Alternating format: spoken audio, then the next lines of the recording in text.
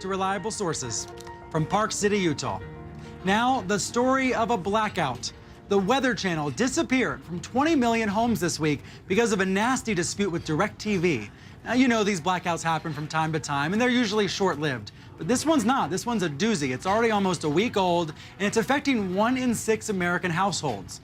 Of course, there's big implications here for other cable channels, too, and I want to get into that. But first, Jim Cantore, one of the faces of the Weather Channel, happens to be here in Park City. He's going skiing with advertisers today. So earlier this morning, he came by and he told me about how he feels about this blackout. Jim, thanks for joining me.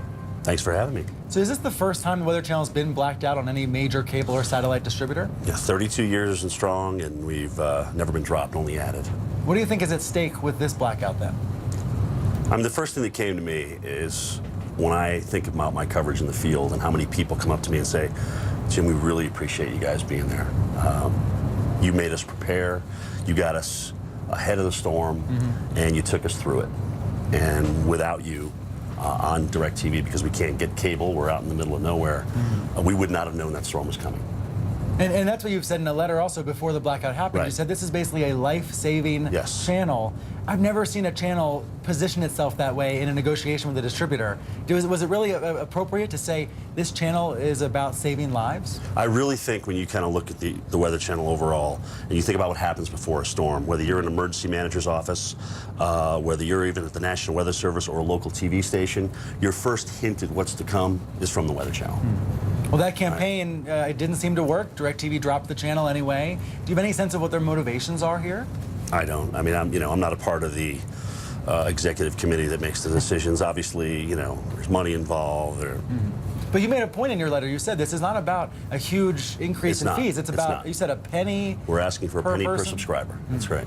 And that is not a big deal, certainly, especially when it comes to saving lives. And like I said to you, I've had people come up to me and make it a point to tell me and thank me how much they appreciate our coverage. And so I'm driven to get back on DirecTV. Yeah. What's it been like the last few days? Are you hearing from people on Twitter and on Facebook complaining about this? A huge outpouring. KeepTheWeatherChannel.com is a website that we started up just so people could get informed and keep up to date on what's going on. And in 4 days, we've had 4 million hits. So 1 million people a day have come in to seek information about what's going on. I mean, a lot of people have come on to me on Twitter and said, Jim, we really want this resolved. We miss you on the Weather Channel. We miss seeing the Weather Channel. Blackouts 10 years ago, there weren't these online tools to complain and push for change, but now I guess you hear from people all the time about this. I think it's kind of amazing, actually, and we're really humbled at the outpouring of support that we've had. And it's immediate. It's immediate. As soon as we went off, on midnight, people were like, where's the Weather Channel? And especially at resort areas. Because we know that Hilton Properties, Hilton Properties, the #1 viewed channel is the Weather Channel. And so when people are out and they don't have access to weather information, especially local weather information, they're wondering what it's going to be like to fly back to New York, to fly back to Boston, to fly back to LA. Well, and what do you make of the comment that people can just get out their phone and view the app instead and find out online? Here's my analogy with that, all right? If your knee is starting to ail a little bit, you may go online and see what the symptoms may be and what that compares with in terms of what it may be. But at the end of the day, you're going to the doctor to find out what's going on with that knee. And the channel is the doctor, huh? We're the doctor. Well, Jim, thanks for being here. Thank you. Thanks. Now, DirecTV has a very different story. They say this is all about saving their customers money. Right now, the Weather Channel gets about 13 cents per person per month. That's what you're paying if you have cable or satellite. DirecTV wants to reduce that by about 20%. In its public statements, the company keeps pointing out kind of what I asked Jim about, that weather information is a commodity. It's available on the internet, including on the Weather Channel's own website and its own app.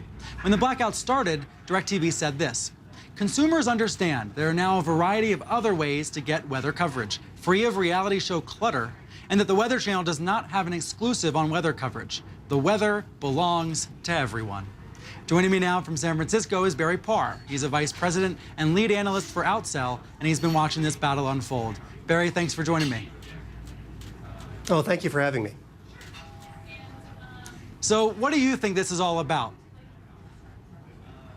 Well, there are a number of dynamics going on in the marketplace. Certainly the fact that weather is a commodity is part of the issue here.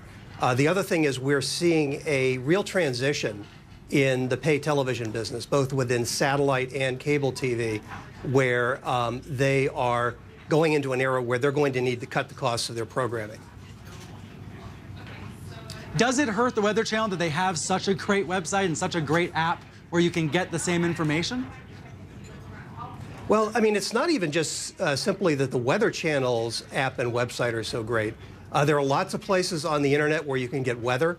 Also, if you're talking about severe weather in a local area, the local broadcasters, both television and radio, are all over it. That's a key part of their local coverage as well.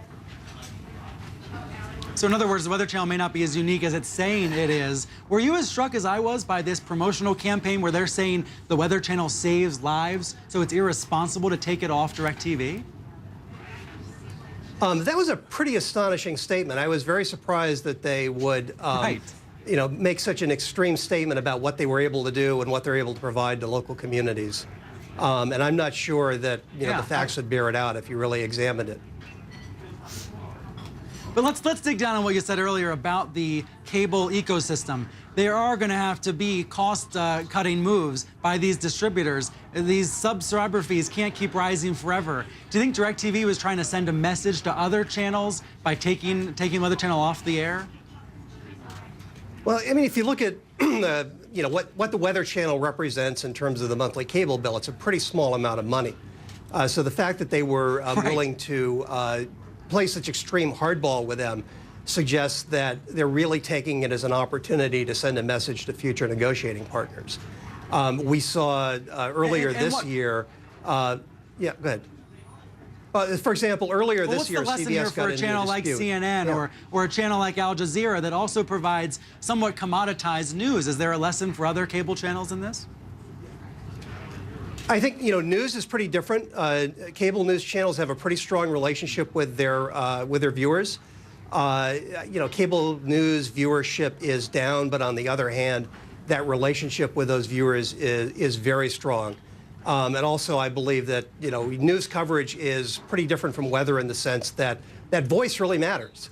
The way that you show the news on television can vary greatly from station or from network to network if it's done properly.